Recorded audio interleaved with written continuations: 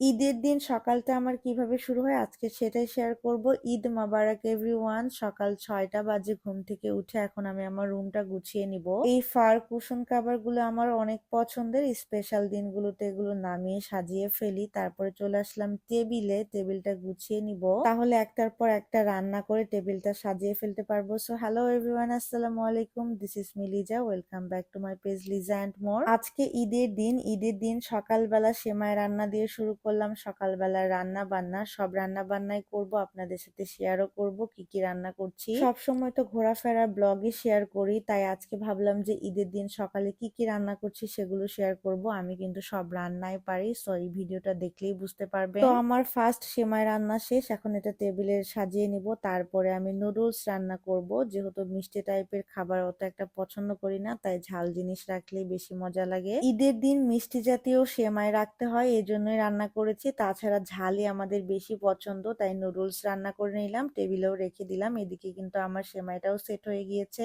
ঘিয়ের মধ্যে বাদাম আর কিশমিশ হালকা ফ্রাই করে নিয়ে উঠিয়ে রাখলাম। এখন ঝুরা সেমাই রান্না করব। এই সেমাইটা কিন্তু এয়ারটাইট বক্সে রেখে অনেকদিন ধরে খাওয়া যায়, আর এটা আমার অনেক পছন্দের। আর এখন চটপটি রান্না করব। তো আমার ছোট বোন বলেছে এবার চটপটি খাবে, কারণ ও একদম মিষ্টি জাতীয় কোনো কিছুই খেতে চায় না, তো ওর জন্য স্পেশাল চটপটি বানাচ্ছি। এমনিতেও 1 মাস রোজা রেখে ঈদের দিন কিন্তু খাওয়াই যায় না, তার উপর যদি মিষ্টি জাতীয় হয় তাহলে আমরা একদমই খেতে পারি না, তাই আমি বেশিরভাগ ঝাল টাইপের জিনিস রান্না করার চেষ্টা করি। আপনাদের কাছে মিষ্টি টাইপের জিনিস পছন্দ নাকি ঝাল, কোনটা পছন্দ অবশ্যই কিন্তু কমেন্ট করে জানাবেন। আমি কিন্তু চটপটিটা একদম রেডি করে রেখে দিব, টকটা দিয়ে হালকা পাতলা, খাওয়ার সময় আবার একটু রেডি করে নিব। সব সময় তো ঘোরাফেরা ব্লগে শেয়ার করি, আমি যে রান্না বান্না করি সেগুলো ব্লগ কখনো শেয়ার করা হয় না, তাই ভাবলাম যে আজকে ঈদের দিনে যা যা রান্না করব সবকিছুই আপনাদের সাথে শেয়ার করব। সো অলরেডি আমার 4টা জিনিস রান্না করা কমপ্লিট, দুধ সেমাই, ঝুরা সেমাই, চটপটি, নুডলস। এরপরে আমি বাকি যেগুলো রান্না করার ওইগুলো করে ফেলবো। সো এখন আমি পুডিং বানাবো, যদিও এটা চাঁদ রাতে বানিয়েছি, বানিয়ে দেন হচ্ছে আমি ফ্রিজে রেখে দিয়েছিলাম, সকালবেলা ওটা বের করে রাখবো। যদিও আমি মাইক্রোওভেনে এটা বানিয়েছিলাম, বানিয়ে ফ্রিজে ঠান্ডা করতে দিয়েছিলাম। এখন এটা পুরোপুরি সেট হয়ে গিয়েছে। এখন ঈদের দিন সকালবেলা এটাকে মোল্ড আউট করে নিব। মোল্ড আউট করে নেওয়ার আগে কিন্তু চাকু দিয়ে অবশ্যই একটু সার সাইডে কেটে নিতে হবে। ওভেনে কিংবা চুলায়, দুই জায়গাতেই কিন্তু আমার পুডিং পারফেক্টলি হয়। এখন আপনারা দেখলেই বুঝতে পারবেন কতটা পারফেক্ট হয়েছে আমার পুডিংটা। ওয়াও, জাস্ট দেখতে দেখেন কতটা সুন্দর হয়েছে, আপনারা দেখেই বুঝতে পারছেন। কি আপনাদের আবার লোভ লেগে যাচ্ছে না? তো আপনারা কিন্তু বাসায় ট্রাই করতে পারেন, আর যদি রেসিপি লাগে কিন্তু আমাকে অবশ্যই কমেন্ট করবেন, আমি এর পরের বার আপনাদের সুন্দর একটা রেসিপি দেওয়ার চেষ্টা করব। আর এখন আমি কাস্টার্ড বানাবো, তো কাস্টার্ড বানানোর জন্য কাস্টার্ড পাউডার সামান্য একটু দুধের মধ্যে গুলিয়ে নিয়ে এখন